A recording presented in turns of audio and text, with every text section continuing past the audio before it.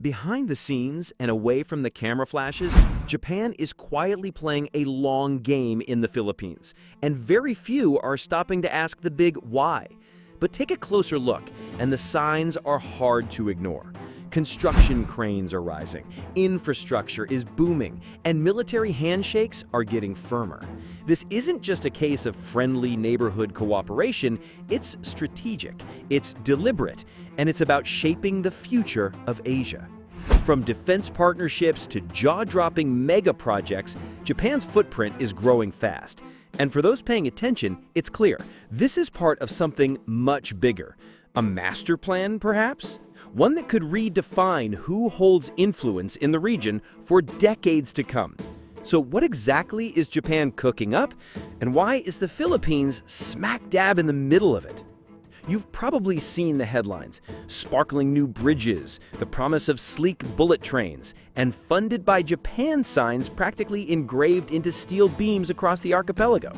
But hold on, don't let the pretty concrete fool you, because the real magic? It's happening off the blueprints. Japan isn't just tossing yen at infrastructure, they're betting big on the Philippines' future in tech, innovation, manufacturing, and more. Quietly, patiently, strategically. Which begs the question, why the Philippines?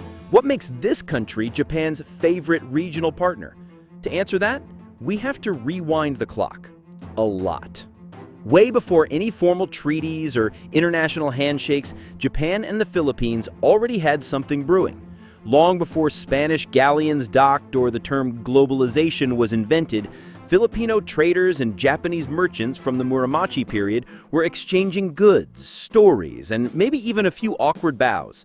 Fast forward to the present, and this ancient connection has morphed into something deep and surprisingly resilient. How resilient?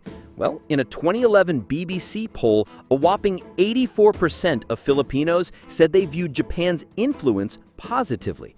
That's not just good vibes, that's rare geopolitical trust. Now, let's zoom in on the post-World War II chapter, a time when things could have gone very, very differently. After gaining independence in 1946, the Philippines found itself signing the San Francisco Peace Treaty with Japan just 5 years later. But let's be honest, peace doesn't come in a gift box. Behind closed doors were intense talks, emotional debates, and serious discussions about reparations and rebuilding. And here's the kicker: Japan didn't ghost the Philippines, far from it. Despite its painful past as an occupier, Japan leaned in. It offered aid, inked reparation deals, and poured resources into rebuilding schools, hospitals, and industries, planting the seeds for what would become a lasting alliance. Even in the 1980s, when the Philippines lit the world up with its peaceful people power revolution, Japan didn't just sit on the sidelines. Emperor Hirohito made a historic apology, an unprecedented act of humility in global diplomacy. And Japan remained a firm supporter as the Philippines rebuilt its democracy. Aid kept flowing, investments kept climbing, and tourism boomed like fireworks over Manila Bay. And here's the kicker: despite a tangled history, these two rarely butt heads on foreign policy. That's practically a miracle in the diplomatic world. But let's shift gears, because things just got geopolitical. In today's increasingly dramatic global theater, with China strutting onto the stage with some serious swagger, Japan and the Philippines are finding a fresh rhythm to their decades-old dance. It's no longer just about handing over checks or cutting ribbons at railway stations. This is chess, not checkers. We're talking strategy, sovereignty, and the kind of alliance that could shape the future of the entire Indo-Pacific. The Philippines isn't just cashing foreign aid like it's payday, it's stepping up, taking on a new role, not just as a recipient, but as a regional player, a partner, an equal. Alongside Japan, the U.S., and Australia, the Philippines is standing firm in defending a rules-based order. So the next time you pass a Japanese-funded railway slicing through Metro Manila or a tech hub popping up in Laguna, realize it's more than infrastructure. It's a message, a signal, proof of how two once warring nations now stand shoulder to shoulder working towards a shared peaceful future.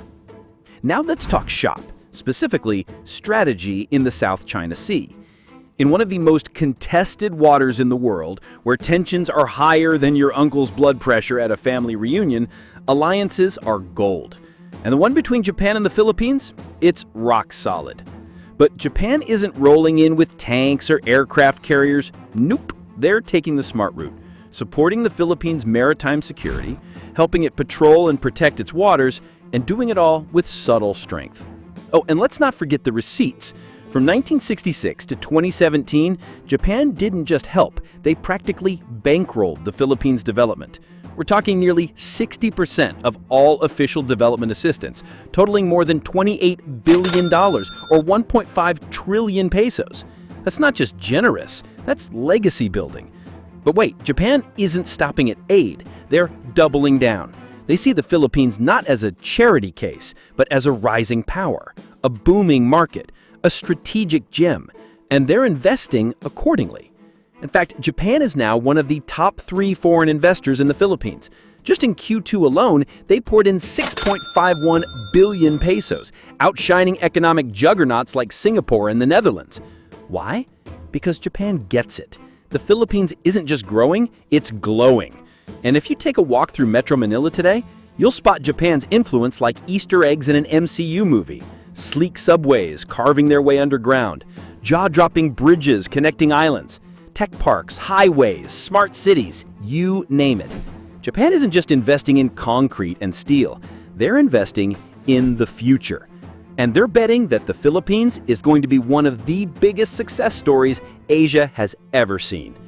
And you know what? They might be right. Let's talk about transformation.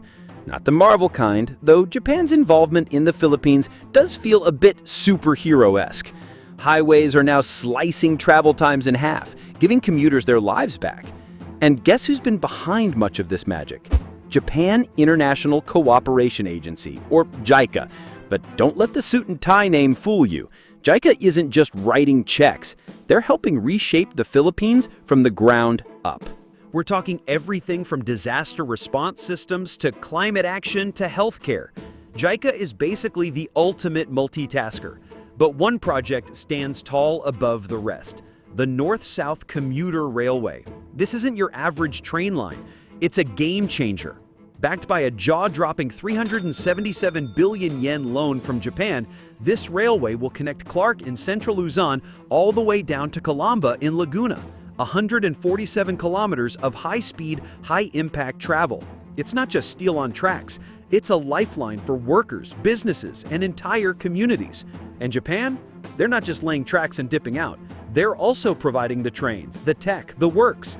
Think of it as the full Netflix subscription, not just a free trial. And that's not the end of it. In a diplomatic masterstroke, President Ferdinand Marcos Jr. walked away from a 2023 visit to Japan with investment pledges totaling a jaw-dropping 771.6 billion pesos. That's not just a spreadsheet entry, that's about 40,000 new jobs, powered by deals in energy, infrastructure, technology, and beyond. And guess what? It's working. Since 2010, the Philippines has been on a growth streak, averaging around 6% a year. In 2023 alone, it hit a blazing 5.6%, making it the fastest growing economy in Southeast Asia. But don't be fooled into thinking this is all about concrete jungles and glitzy expressways. Japan's real bet? It's on something way more powerful: Filipino talent. That's right. While cranes rise and highways stretch, Japan is investing in mines, big time. From classrooms in Tokyo to training centers in Tagu, this partnership is all about people. Through programs like the Japan-Philippines Economic Partnership Agreement, JPEPA, and the Manbukagasho MEX Scholarship, Filipino students are getting a golden ticket to study at Japan's top universities. And it doesn't stop there. Japan's not just flying Filipinos overseas, they're bringing world-class education right here. Enter the Testa Japan IT Training Center, a tech boot camp where students get real skills for real-world jobs, all tailored for today's fast-evolving digital economy. So yes, Japan is building railways, but they're also building futures. Because at the heart of this quiet revolution isn't just money or machinery, it's trust, collaboration, and a shared belief that the Philippines and Japan are better off growing together. And just when you think Japan's support couldn't go further, they go full-on sensei mode. They're not just sending money or engineers anymore, They're sending language teachers. Yep, by promoting Japanese language education, Japan is basically giving Filipinos a backstage pass to new careers in Japan and strengthening cultural ties along the way. Even healthcare is getting a glow up. Filipino nurses and medical professionals are heading to Japan where they're learning advanced treatments, surgical techniques, and cutting-edge medical tech, then bringing that high-level expertise back home. That's not a brain drain, that's a brain gain. And what's really exciting? It's not just about textbooks and techniques. Filipino trainees are picking up the legendary Japanese work ethic and precision, along with in-demand skills like AI, cybersecurity, cloud computing, mobile development, full-stack engineering, and project management. In short, they're leveling up. Now here's where the plot thickens. Japan's boldest moves? They might not be billion-peso bridges or flashy high-speed trains. Nope. They're also investing in scrappy little startups you probably haven't heard of yet. But give it time. Take SafeSpace, for example, a digital platform linking people with licensed therapists. Backed by Japanese firm Trust Ventures, it's scaling across the region, addressing mental health needs one tap at a time. Or check out Glyph Technologies, a startup co-founded by Justin Cho, Caleb Wu, and Wayne Gaw. Their mission? Revolutionize agriculture. Think of it as Farmville, but real, and backed by Japanese investment. They're helping farmers and food suppliers create a more sustainable, connected food system across Southeast Asia. Japan isn't just backing dreamers, they're fueling doers. They're investing in Filipino innovation at every level, from buzzing tech hubs to seasoned IT firms. The result? Jobs, innovation, and a serious glow-up for the Philippine digital economy. So what does all of this mean? Japan is playing the long game. They're not just building infrastructure, they're helping shape an entire workforce built on skills, creativity, and cross-border collaboration. And if you think this is impressive now, trust me, we're still in the early chapters. You've heard of the big dogs, Toshiba, NEC, Fujitsu, titans of tech, but did you know they've already set up shop in the Philippines? They're just part of a much bigger wave. Take TDK Corporation, for example, dropping 7.2 billion pesos to build biomagnetic sensors right on Filipino soil. That's future tech, made locally. And it makes perfect sense. With its talent-rich workforce and prime location, the Philippines has become Japan's launchpad for Southeast Asia. As of now, 881 Japanese companies are registered with the Philippine Economic Zone Authority. That's not just a stat, it's a power move. Together, they've invested over 766 billion pesos, generated over $5.3 billion in exports, and created 340,000 jobs for Filipinos. And this is just the beginning. Japan's strategy is clear. Bet big on local talent, fuel small and mid-sized businesses, and help shape a next-gen industrial landscape. It's not just smart, it's mutually beneficial. Japan gets access to a vibrant market and a rock-star workforce. The Philippines? It gets tech, capital, jobs, and a real shot at leading the region. And the alliance goes beyond business. With rising regional tensions, especially with China flexing in the South China Sea, Japan and the Philippines are leveling up their defense game too. We're talking joint military training, defense tech sharing, and strong coordination on maritime security. But this isn't just about geopolitics, it's about building something bigger. A shared vision, a stable Indo-Pacific, a future where bridges and trains are just the start of what these two nations can build together. So the next time someone talks about international aid or foreign investment, remember this. Japan isn't just a donor, and the Philippines isn't just a recipient. This is a partnership based on trust, respect, and the shared belief that cooperation beats competition every time. And if you've made it this far, clearly you're as fascinated by this evolving alliance as we are. So go ahead, hit that like button, subscribe to the channel, and join us for more stories about global partnerships shaping the world's future.